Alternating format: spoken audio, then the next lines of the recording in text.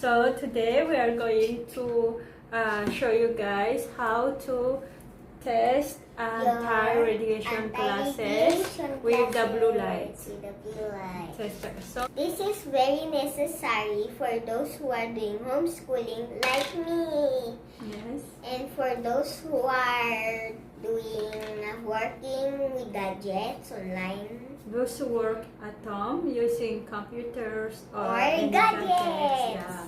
So it's really necessary to have it, guys. It really helps your eyes, and it also protects your eyes from the screen of from the radiation that the gadgets will make hurt your eyes. So let's get started how we will test it. First of all, we have the anti-radiation glasses and the normal glasses.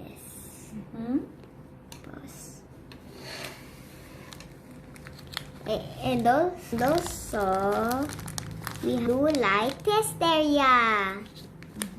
And this blue light, this is for testing the blue light test area.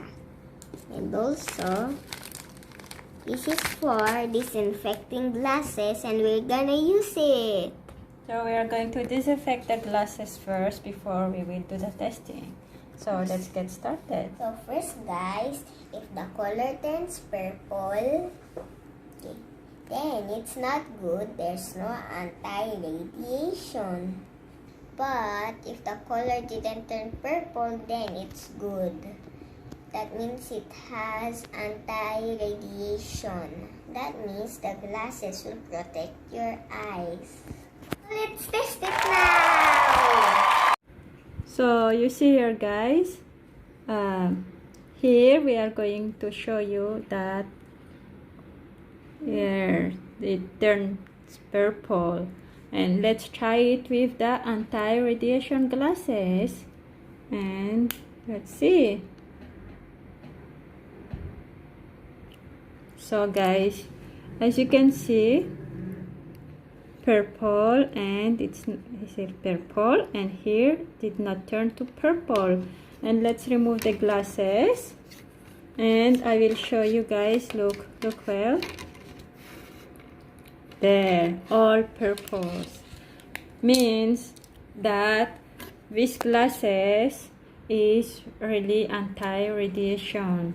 So let's try with normal glasses here. This is a normal glasses. So here with the normal glasses, we will try it first, the light. See, it's purple, right? Yes. And then let's do it with the glasses. See guys, that it's purple also. This is the normal glasses, means that it doesn't have anti-radiation. So these glasses that we just bought for Samantha for her online classes is really it has really an anti-radiation. So we advise you that it's better you check for you to know that your glasses has really anti-radiation to protect your eyes, because there's a lot of glasses that they sell online, and they say it's anti-radiation, but it's not gonna protect your eyes, guys. So it's better to be safe. So guys, make sure that your glasses is anti-radiation to protect your eyes. Yes, so make sure guys that you got the right product, because some are not the because some are not really anti-radiation. So make sure that you are going to buy the good one to make sure to protect your eyes.